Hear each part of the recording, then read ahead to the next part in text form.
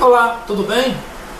Você está na plataforma Ideia Criativa Cursos e esta é mais uma aula da coletânea de aulas preparada para os nossos cursos. Nessa aula nós vamos falar sobre educação integral, o direito à educação integral. É importante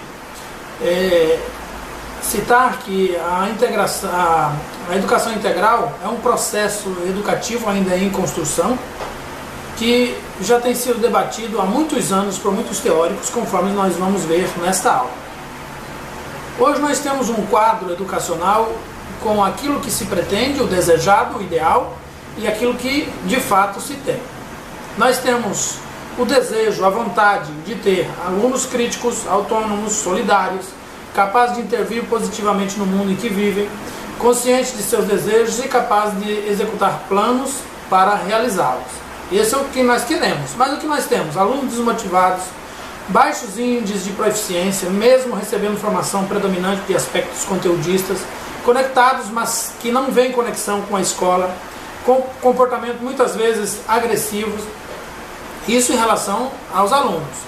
E nós temos também um desejo em relação à educação, com relação aos professores. O que nós queremos? Qual é o ideal? Professores engajados, autônomos, capazes de conectar os conhecimentos acadêmicos ao mundo contemporâneo e à realidade social, capazes de motivar os estudantes e apoiá-los a desenvolverem seus projetos de vida, e isso é o que queremos. Mas o que temos? Professores desmotivados, baixa qualificação, oriundos de um sistema formativo que não prepara para o cotidiano de sala de aula, desvalorizados, muitos com dificuldades de lidar com os comportamentos dos estudantes. É claro que a gente não pode generalizar, mas como estamos falando de média maior, de maioria, então nós estamos falando não da exceção, estamos falando da regra. Como regra nós temos isso, temos um desejo, mas vivemos numa outra realidade. E sobre a escola, a gestão escolar, a diretoria, a coordenação, o que nós queremos?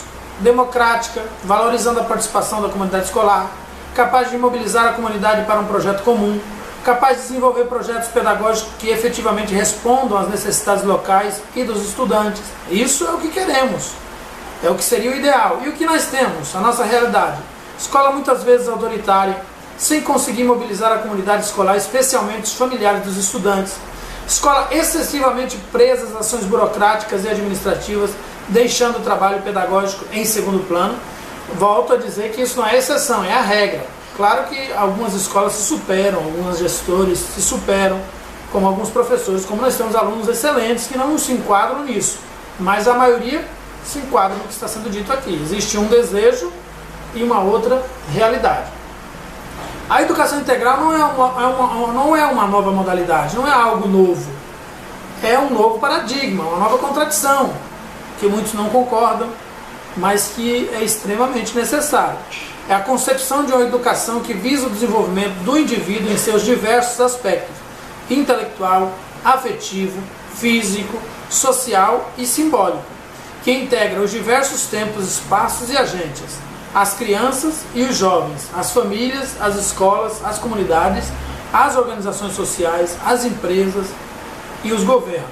É um processo contínuo que deve acontecer em todo lugar, durante toda a vida. A educação integral é um processo integracional histórico. Na tradição escolar brasileira, a expressão surge a partir de movimentos políticos sociais, proposta de educação comprometida com a transformação do sistema de educação. Na Constituição Federal de 1988, diz que é dever da família, da sociedade e do Estado assegurar à criança, ao adolescente e ao jovem, com absoluta prioridade, o direito à vida, à saúde, à alimentação, à educação, ao lazer, à profissionalização, à cultura, à dignidade, ao respeito, à liberdade e à convivência familiar e comunitária, além de colocá-los a salvo de toda forma de negligência, discriminação, exploração, violência, crueldade e opressão. Essa redação dada da Emenda Constitucional número 65 de 2010. O histórico da educação integral De acordo com a Lei de Diretrizes e Bases, a Lei número 9394/1996, que foi aprovada, em sua composição, os artigos 34 e 87 dizem respeito à educação integral. O artigo 2º da LDB afirma que a educação tem como finalidade o pleno desenvolvimento do educando e prepará-lo para exercitar sua cidadania, o que também prevê uma educação que dialogue com os diversos setores da sociedade. Já os artigos 34 e 86 trazem como agenda que o ensino fundamental seja oferecido em tempo integral, de forma progressiva. O artigo 2º diz assim: a educação, dever da família e do Estado, inspirada nos princípios de liberdade e nos ideais de solidariedade humana, tem por finalidade o pleno desenvolvimento do educando, seu preparo para o exercício da cidadania e sua qualificação para o trabalho. O artigo 34, o parágrafo 2º, o ensino fundamental será ministrado progressivamente em tempo integral a critério dos sistemas de ensino. Então, desde 96, de acordo com a lei, isso já vem sendo debatido e tem constantemente evoluído no processo de aplicação. Existem também aqui, além das leis, algumas referências teóricas, desde dos anos 1800, do século XVII, século XVIII. Por exemplo, Pierre-Joseph Proudhon, filósofo francês, que defendia a auto-organização dos trabalhadores e que estas organizações tivessem legitimidade para possuir elas próprias os meios de produção, o compromisso com a transformação social, e ele defendia também que esse compromisso deveria ser integral. Nessa época ainda, devido ao tradicionalismo, conservadorismo e outros conceitos ainda primitivos, defendia que a criança morasse na escola.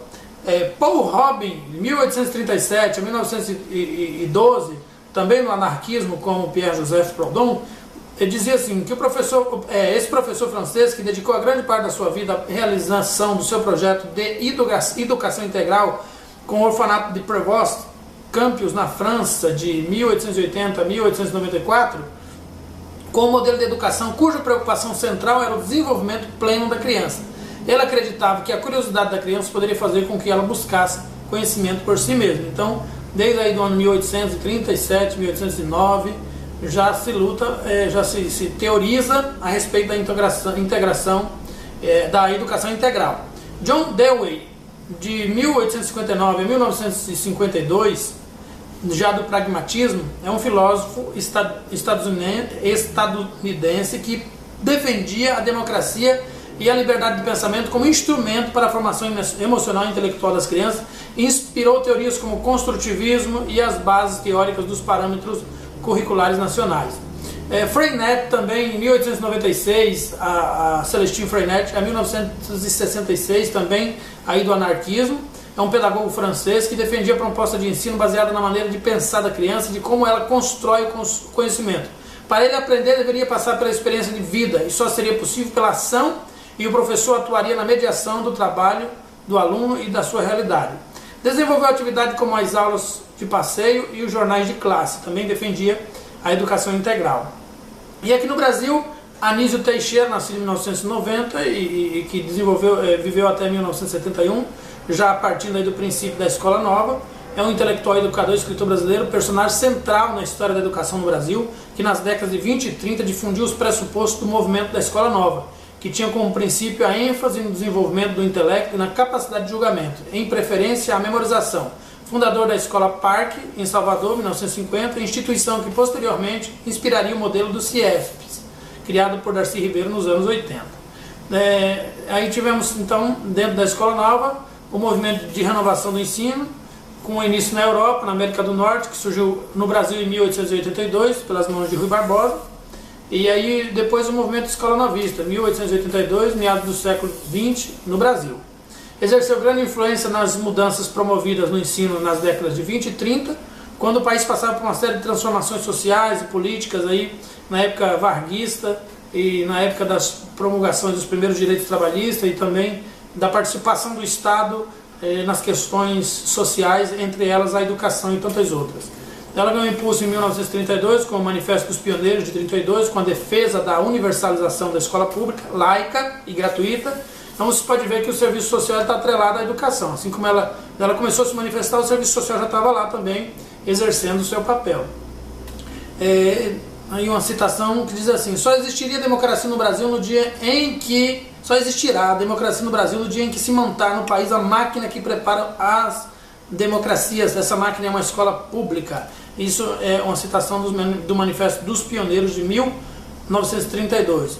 Participaram dela intelectuais como Anísio Teixeira, Rui Barbosa, Fernando de Azevedo, Cecília Meirelles, Armanda Álvaro Alberto, Darcy Ribeiro, Florestan, entre outros. E também podemos citar como parte aqui das principais referências da educação integral o Dr. Paulo Freire, de 1921 a 1997, aqui já da pedagogia crítica, um educador e filósofo, teve seu trabalho de referência na educação popular, alfabetização e conscientização, essa palavra já superada, hoje sensibilização política de jovens e adultos. Foi secretário municipal da Educação de São Paulo, de 1989 a 1993, e idealizador do MOVA. Para ele, todo ato de educação é um ato político. Autor de Pedagogia do Oprimido, Pedagogia da Autonomia e outras obras estruturantes para um conceito denominado de pedagogia crítica. Sua prática didática fundamentava-se na crença de que o educando é capaz de criar a sua própria educação, fazendo ele próprio o seu caminho e não seguindo algo previamente construído, contraposição ao que ele chamava de educação bancária, tecnicista e alienante. Então, dentro dos princípios da educação integral, nós temos referência teórica, um movimento que já tem mais de 50, de 70 anos, e agora incluso no Programa Nacional de Educação, que tem como meta, até 2014, 50% das escolas públicas com matrículas em educação integral e 25% das matrículas em educação integral, 25%. 50% das escolas públicas e, no geral, as matrículas 25%. E mais ainda, que já é uma realidade presente, esse movimento já é conhecido, alguns rejeitam, outros apoiam. 63% dos brasileiros declaram já ter ouvido falar em educação integral, de acordo com o Observatório do Plano Nacional de Educação, publicado em março de 2014, no Datafolha. E 90% dos brasileiros entendem que a educação integral é necessária para o futuro das novas gerações. Mas como efetivamente transformar isso num projeto? Transformar essa rede? Primeiro precisa reorganizar a política educacional de forma sistêmica e integrada, ao passo daquilo que for possível, estrutural e financeiramente. Hoje nós não temos orçamento a nível de país para fazer isso, nem por isso vamos ignorar a necessidade de um problema social urgente que precisa ser resolvido, que é a superação dos problemas educacionais. A educação integral convoca toda a sociedade, inclusive principalmente os profissionais envolvidos, para uma reformulação de toda a estrutura. Não dá para pensar em educação integral sem reformar toda a estrutura que nós temos hoje. Nossa estrutura hoje é falha, ela não suporta aquilo que queremos fazer, ela não tem condições de suportar, nem financeiramente, nem estrutura física e muito menos profissionais. Nós precisamos de capacitação profissional, treinamento e aperfeiçoamento profissional. Nós precisamos de estrutura física e de financiamento adequado por parte do governo. Envolvimento de todos os segmentos com os valores e propósitos que o embasam. A política deve ser construída colaborativamente pelos diferentes segmentos, papéis e responsabilidades. A comunicação tem que ser contínua, objetiva, adequada aos diferentes segmentos. Deve haver transparência de informações. As decisões devem ser democráticas, envolvendo toda a sociedade e durante todo o processo, antes e depois, inclusive com feedbacks atualizados.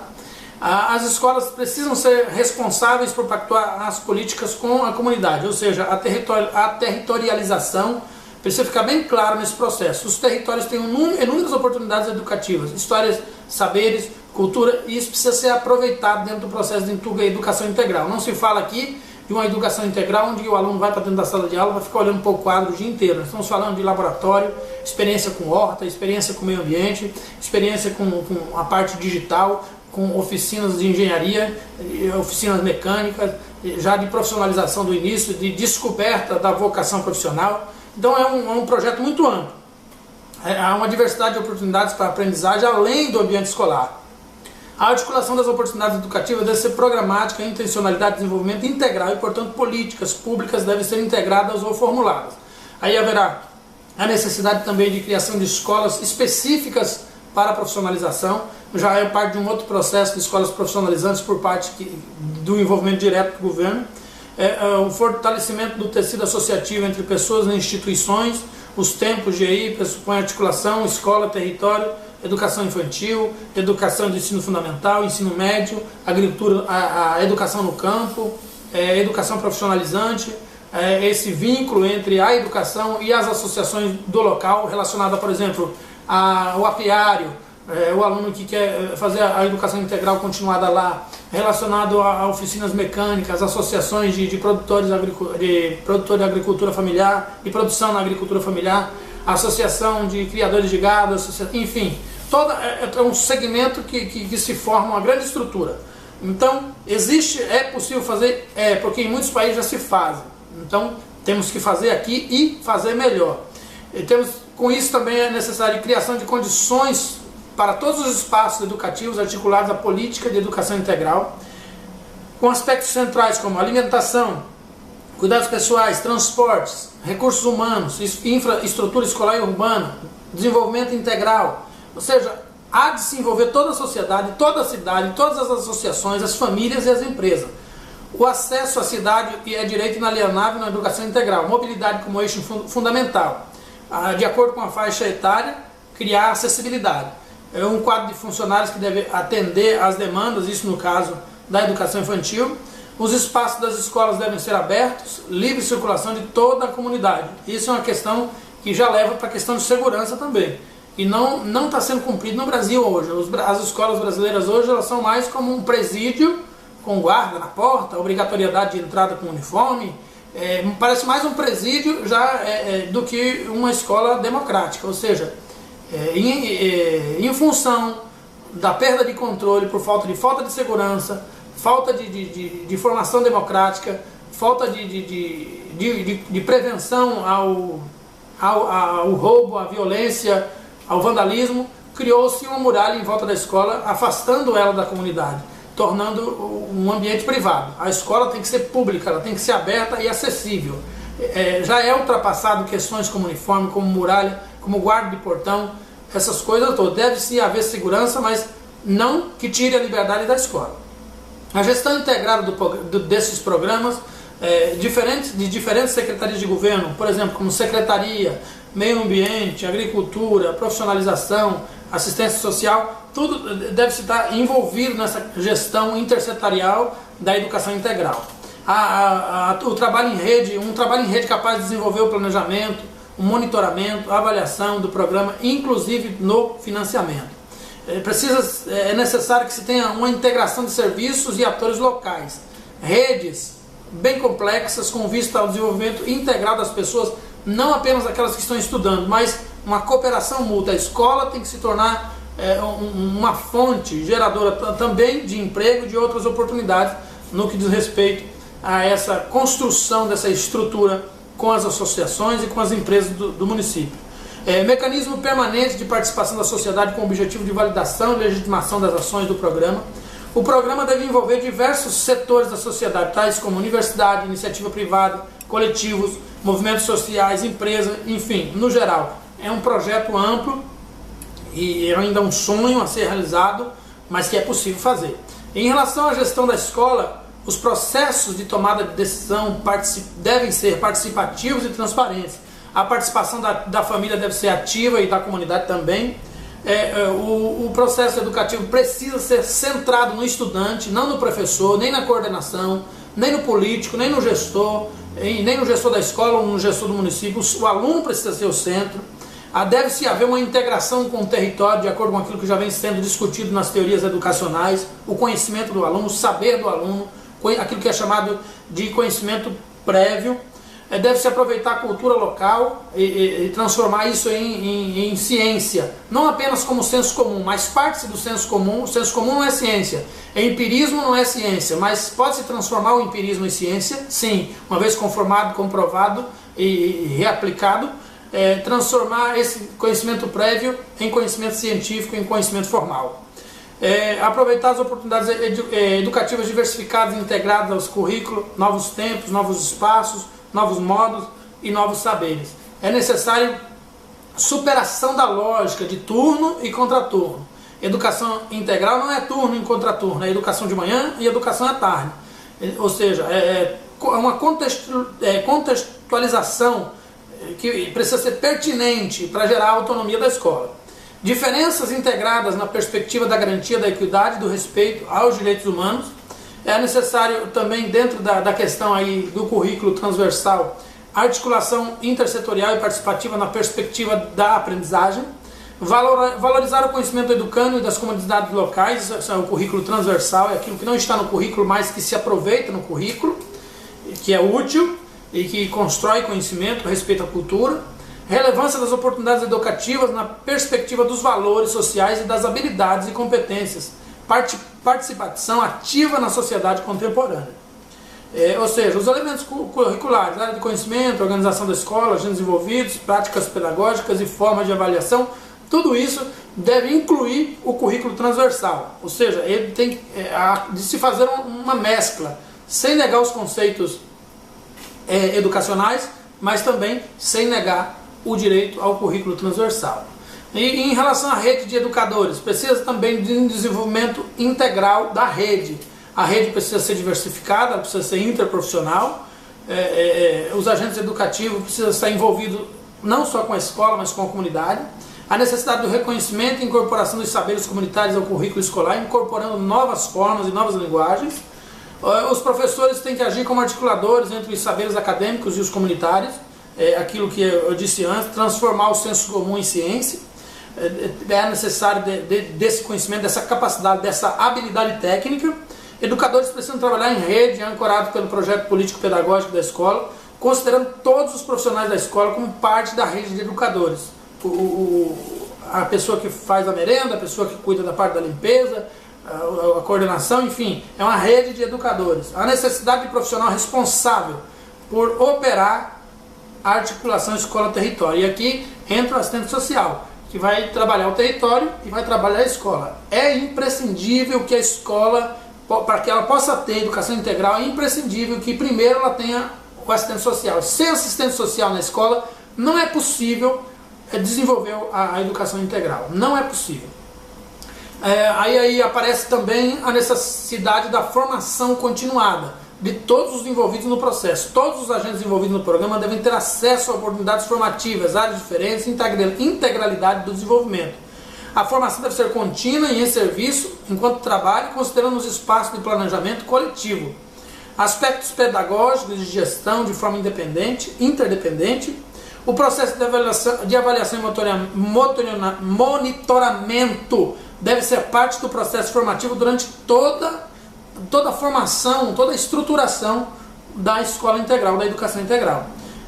Já os princípios da escola integral, sobre novas formas de ensinar e aprender, partindo aí do repertório de educadores em formação e em diálogo com a realidade local e as novas teorias científicas que vêm se construindo ao longo do tempo, que vêm sendo superadas, que vêm amadurecendo, que vêm adquirindo um perfil mais moderno que atende a linguagem dos jovens e a nova linguagem da nossa geração Y.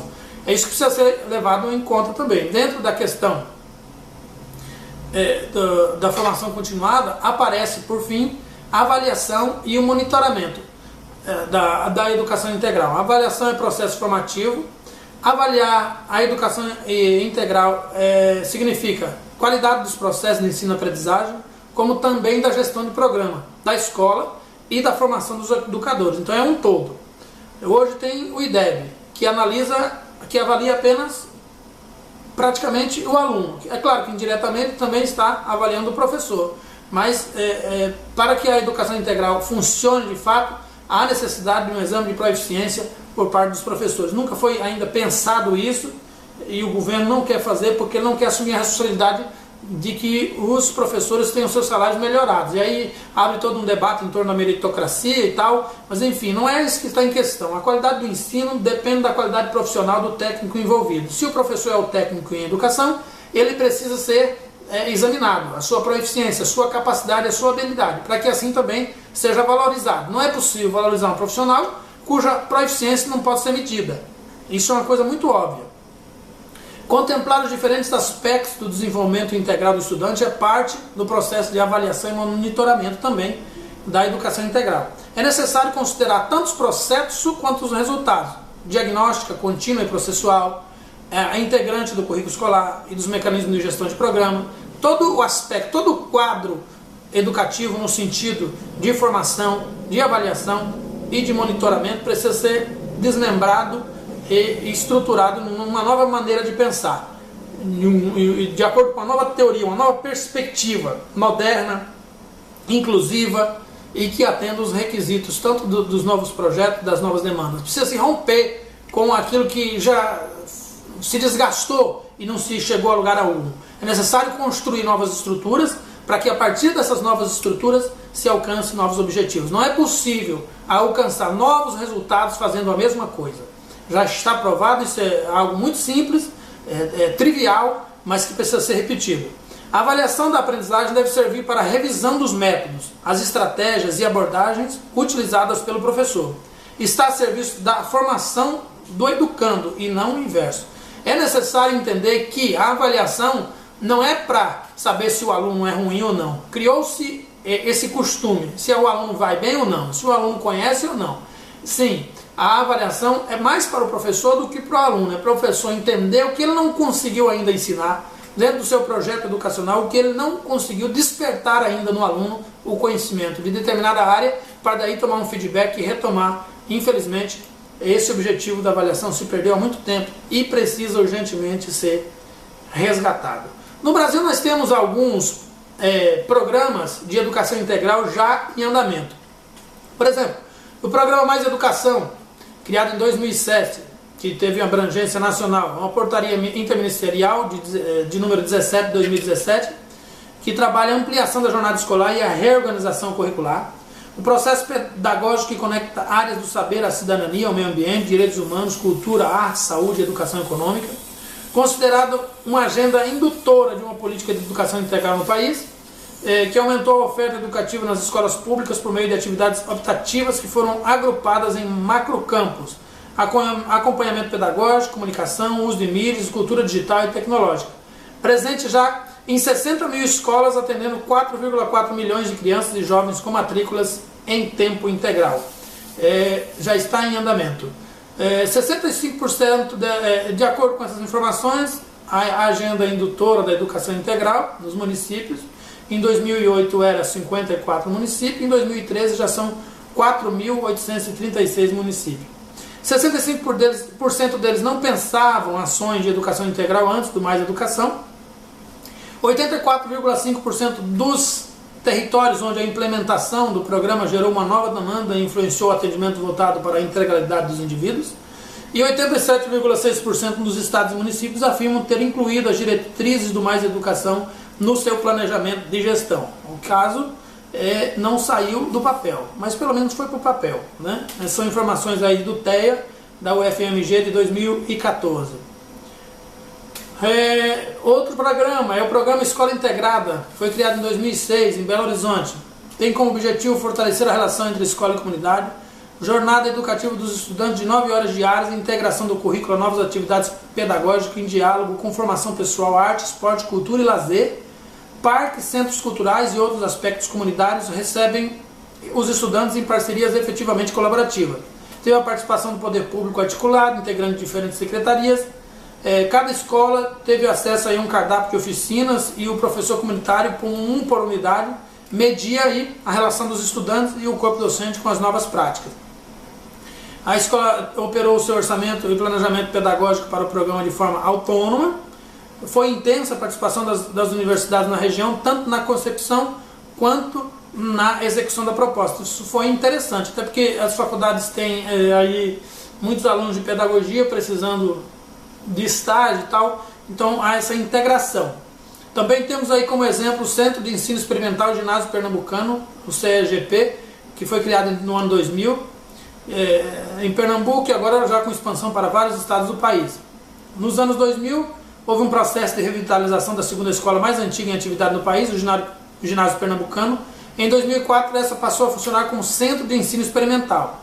Teve como modelo de educação as inovações em conteúdo, método, gestão para o ensino médio, orientado por práticas pedagógicas e de gestão participativa, com forte envolvimento dos jovens atuando como protagonistas do processo educativo. Foi concebido aí pelo Instituto de Corresponsabilidade pela Educação, operando um currículo plenamente integrado entre as diretrizes e os PCNs e metodologia de elaboração de projeto de vida dos jovens.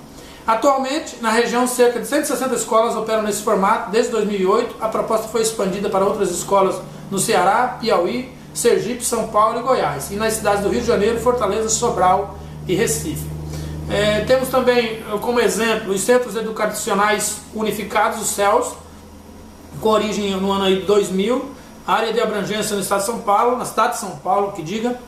Esses centros que existem até hoje, permanecendo como política de governos posteriores, têm como proposta agregar a comunidade de entorno à oferta de atividades, são constituídos por creche, educação infantil e fundamental, também congregam estruturas para desenvolver práticas educacionais, recreativas e culturais no mesmo espaço da formação escolar. São operados por estruturas de gestão participativas, que envolvem as comunidades escolares das ofertas recreativas, esportivas e culturais do entorno.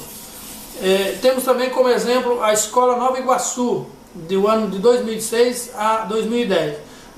Nesse programa foram criadas praças, clubes comunitários, teatros e até as próprias ruas também viraram espaços educativos. Como extensão das salas de aula, esses espaços foram acionados pelas escolas em parceria com o governo municipal, oferecendo aos estudantes outras possibilidades educativas, sempre ancorados no currículo e na proposta pedagógica de cada unidade. Além da formulação curricular e mudança no papel dos professores, assumindo dentro da escola novos agentes educativos, o bairro Escola propôs a reconfiguração da cidade como um todo. O projeto era concebido intersetorialmente e reunia todas as secretarias sob a agenda da educação integral. Infelizmente, devido às crises que aconteceram no estado do Rio de Janeiro, pela má governabilidade, esse projeto não está mais funcionando, mas que foi um grande projeto que não deveria ter sido interrompido. Temos também aí o Tempo de Escola de São Bernardo do Campo, ainda em efetividade, ainda acontecendo. O programa atende todas as escolas do município, todas as atividades e ofertas de insumos são pensadas para todos os alunos atendidos no programa. Tem convênio com instituições locais, responsáveis por apoiar a diversificação curricular e a articulação escola-comunidade. A adequação de escolas e parcerias com espaços ociosos para gerenciar o espaço de atividade das crianças e adolescentes. Desde a implementação, a aplicação de um modelo de avaliação colaborativo em que todos os segmentos envolvidos são convidados a analisar o programa. Houve aí uma articulação intersetorial, incluindo recursos como chave de processo, especialmente com as secretarias de Cultura, Esporte e Lazer e Desenvolvimento Social. Interessante esse trabalho em rede. Então, nós tivemos aí alguns programas, cada experiência é sempre única e sempre deve-se dialogar com as características e necessidades do território. Contudo, essas outras experiências reúnem algumas perspectivas em comum. Programa Integração Escola-Comunidade, Gestão Escolar Participativa, Qualificação dos Espaços Públicos para fins educacionais, Extensão da Jornada Escolar, Formação de todos os envolvidos no programa, Centralidade do Estudante. Todos esses aspectos são necessários para que haja uma educação integral, essa proposta seja alcançada, os objetivos traçados sejam plenamente alcançados. Nós já estamos aí com muitos anos trabalhando nesse sentido, a toda a educação. Quando digo nós, eu me refiro a todos os professores, a todos os atores políticos envolvidos, mas ainda não alcançamos, que está 10% daquilo proposto. Devemos continuar na luta e essa aula tem como ideia principal apenas entender o que é a educação integral e como ela funciona. É dever de todos, está contido na LDB, está contido na Constituição Federal, na Declaração Universal dos Direitos Humanos e na Declaração de Salamanca, e é dever do assistente social trabalhar nesse